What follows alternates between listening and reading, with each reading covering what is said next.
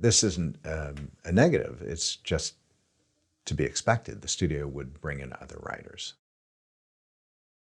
So 3,000 was initially in a kind of a one-room scenario, maybe a hotel room. It was in a hotel, very simple locations.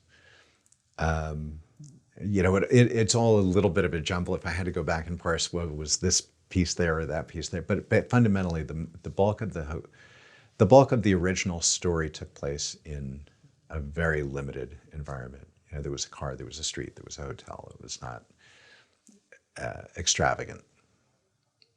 And so once it went to the one producer or the head of the studios, they said, can you lighten it up on a Disney scale? This is a 4 and we need a 7. And so then you added these side characters and made Well, it the characters, most of the characters were there. There was the hotel manager, there was Kit, the best friend, there was an elevator. A lot of the infrastructure, if you will, was there. But it did get expanded. There wasn't a big party scene, perhaps. There wasn't, there were certain things that didn't exist, or that were dressed up, shall we say. I don't remember that we had quite so showy a sequence on Rodeo Drive, that sort of thing. So yeah, it definitely evolved. The beautiful thing was, my job was clearly to discover and launch and protect great young writers. And I knew that when we were having that conversation with Disney, that it was really imperative. So the only condition I really had was not about story. It was really about protecting Jonathan, and the condition that we put on it was he has to be guaranteed the first rewrite, because I had such faith in him that he would break the back of this and turn it exactly into the proper, the best version of its comedic self. Knowing that, and this isn't a negative, it's just to be expected. The studio would bring in other writers. Jonathan had never been produced. He wasn't well known. And so he committed the first rewrite. We delivered the first rewrite. And long before it was delivered, I was getting calls from agents saying, Gary, they're reaching out to us for our clients for, potentially hiring our clients to do a rewrite. And I said, I know, it's okay. Thank you for letting me know. But it's absolutely, to be expected. And they did. There were 3 other writers who came in, and the first one, I won't mention the name because I was not a fan of the work at all. It was unnecessarily, it was actually surprisingly dark, and I wasn't a fan of the writing. But they brought in another writer, Bob Garland, who was from the Electric Horseman, wonderful New York-based writer, and he polished up all the business dialogue. That was sort of his mission. And the final writer, Barbara Benedek, who was a beloved and very sought-after script doctor, came in and did the final rewrite.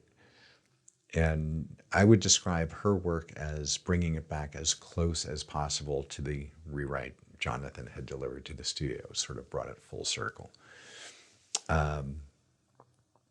Yeah, we were very fortunate. The integrity of the script was in full tact. There was a fair amount of, Gary Marshall he had that gene, that magical gene of finding the heart of everything that his legacy is so profound, both on the big and small screen, right? He just had that gift. And so our arrangement with him was, yes, we're shifting this from a drama to a comedy, but we're doing it quickly and we're moving. And so one take is scripted and then improv, and which was consistent with his style. He's an amazing director to watch. You learn a lot watching Gary Marshall. When I got to watch him work, he gave enormous freedom to everyone on the set, not just the talent. He invited participation at every conceivable level. He gave actors the freedom to riff and find the moment and lean into it, if you will. So it was an extraordinary. The set was a really, really exciting place. It was a small budget by studio standards. We were way, way down that register. And there was a lot of freedom because A, we had Gary Marshall, B, we were such a small budget, they weren't paying the kind of attention that they do to some of the bigger films. But it was a truly wonderful time. So that one connection at the Sundance Lab kind of led to, and forgive me, I'm sorry, her name one more time. Michelle Satter. Michelle Satter, okay, sorry about that. How did you know Michelle? I'm not sure how I originally met Michelle. It might have been through some of her staff or being at Sundance. I used to go every year in the early years to the Sundance Film Festival. So I don't really, my memory doesn't stretch back that far. But Michelle was someone that, as soon as I met her, I just recognized this is a wonderful person and really frightfully smart. And I've always been incredibly grateful because, in fairness, Sundance I don't think they really got the proper public acknowledgement for the role that they played in the evolution or development and the possibility of that particular film. Interesting. But it was a key moment, certainly. It brought it to the forefront of people's attention. What were some of the lowest moments you faced trying to get Pretty Woman made? Or 3000 made, at whatever evolution it was at? Oh gosh, every film has its peaks and valleys. Sometimes the valleys outnumber the peaks, or so it seems at the time. If I look back and think, from the time I held a first draft script in my hand to the time we were actually shooting a film, it was only 3 years. And in the timeline of many films, that's not very long. It's actually quite wonderful. But during that time, there were moments when it seemed, when Vestron declared they were going into bankruptcy, that was, there was a lot of strain because if we didn't get a turnaround on it, if we didn't actually paper and buy out the script, get it back, it would have been buried forever. That's what happens when you go into bankruptcy, right? It gets locked up. So there was a lot of, I was really concerned about the project at that point. That when we optioned it to New Regency, I wouldn't say there was a low point, there was a frustration. Not anyone's fault, but it's not always easy to put films together and get them on track toward production. So it got stalled. And so that would be more frustrating over a sustained period of time than it was upsetting or a low point.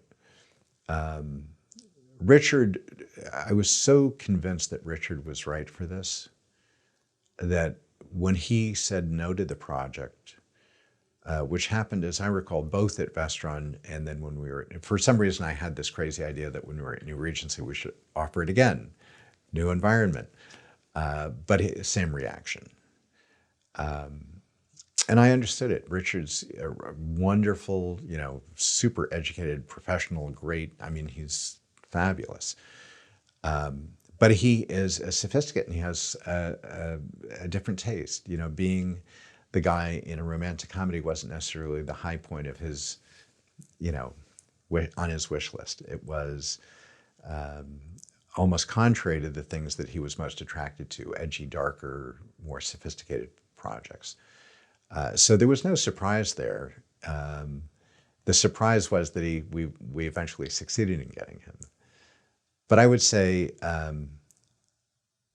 another low point might have been when we first were setting that, we set it up at Disney, and I saw all of the people cycling through, perhaps the lowest point for me.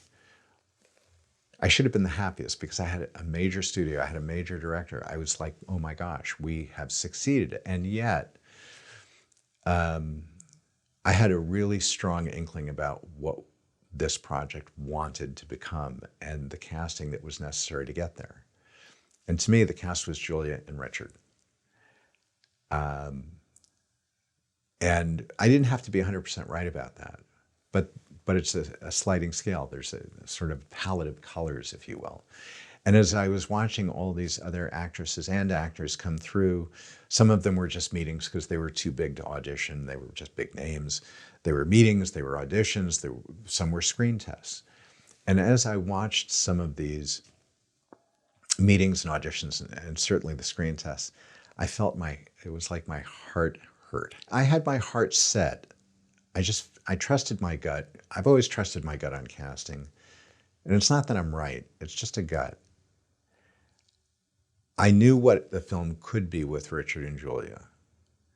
And if I couldn't have one or the other or both, we'd do the very next best thing. But when I saw some of these screen tests and auditions, and they were so the far side of, dare I say, the vision that I had for it, or that Jonathan and I had for it, there were moments when I felt I was seeing the premature death of the film.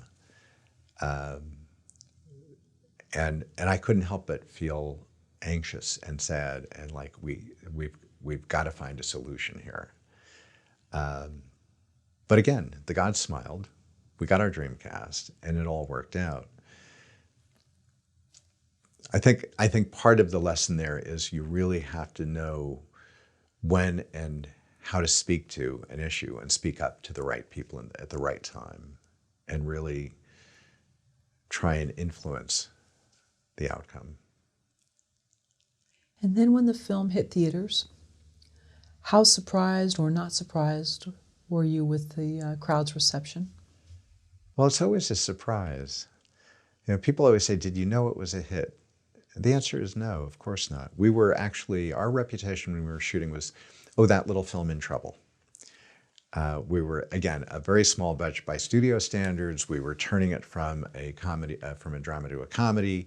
It was known that Gary Marshall, God bless him, was going to be doing a lot of improv. So it wasn't like there was, oh my gosh, that film is going to be amazing. No, we were like almost more like an experiment than a film in many people's eyes. We did a number, I forget the number, we did a few test screenings in outlying areas of LA and held focus groups afterward. And with each successive screen test, the first one or two were like, okay, that's good, but I'm nervous. But as we got audience reaction and what was working and what they loved about it, and we kept throwing more humor into it, the reactions were, you know, you're standing in the back of the theater, a darkened theater, and you've got a full theater, and you're just on pins and needles waiting to see, are they going to laugh in the right places? Are they going to laugh in the wrong places? Are they going to understand what's going on? What's the word of mouth as they exit the theater? And you're watching their body language, literally. Are they sitting up, you know? And the latter test, certainly by the last test screening, but I'd say the last couple of test screenings, the audience was, you couldn't have asked for a better reaction. At that point, I wouldn't say, oh my gosh, we have a hit. No, we were hopeful we were going to live. You know, the patients are going to live. When it came out and did the business that it did, which was back then in 1990, March of 1990, we came out and it did like 11 million and change the first weekend. That was a wow. The fact that it went up a little bit, like 12 million the second week, that told us, oh gosh, we have the best thing in the world going for us, word of mouth. People love it, and they're talking about it. And I don't remember precisely, but that film lived actively in theaters, it's at least half a year. I think it was actually slightly longer, which of course would never happen today. Even back then it was an anomaly to have an active theater presence for that duration. But I think even more surprising than that, looking back, is it's over 30 years later, 31 years later, and it's finding new generations of audience around the globe. It is a film that it's like a machine that just keeps churning out joy, right? And so to be associated with something like that is really quite phenomenal. It's a blessing. And who could have guessed at that? Were all of the reviews positive? Was there any criticism of the film? Of the subject matter? I don't recall that there was any negative. There might have been, but I can't recall that. What I do remember was on the eve of releasing that film, the thing that I don't think I was alone in this. There was a certain nervousness about putting a film out into the world where the role, this lead character is a working girl, and she's young. When I met Julia, she was 18. When we shot the film, she was 21 or so. And she was a very youthful energy, right? So here's this young, beautiful girl who's a working girl. And as much as we tried to paint the right version of that picture carefully, I was really concerned because it was a time of great feminism. The Gloria Steinems of the world were, on the front pages. And I thought we were going to get pilloried. I thought there was a good chance that there would be a lot of pushback, that people would be upset with us. How dare you? And to my great surprise, it never came to be. Those very people that I was most nervous about embraced it. So I was actually, even more than the critics, I was concerned about some big public figures who were leading the feminist movement at the time, and we might have stepped on, we might have hit the wrong chord here. But again, the thing that really was underlying this story, I mean, it's Pygmalion, it's Cinderella, it's eternal, right? It's a dreamscape, and it's a beautiful love story, and so much so that I guess it overrides whatever sort of socio-political instincts of the moment might be present. But yeah, no, the embrace was, I might have selective memory, but the embrace seemed fairly complete. If it had been released now, let's suppose it had been made in 2020, 2019, pre-pandemic, do you think it would have received the same acclaim? Would there have been people that had issue with certain things that? I think not. No? Okay. It's very hard to say what might have been. In some ways, I think the original story might have been better received in the 2020s than the version we made. But I don't know. I mean, I think there's something, as I said, I think there's something predictably eternal about our love of story and the way we react to story and certain archetypes, and certainly romance in general. So I don't know, but I think that we live in a time when people are certainly more critical. And that film might not have fared the same.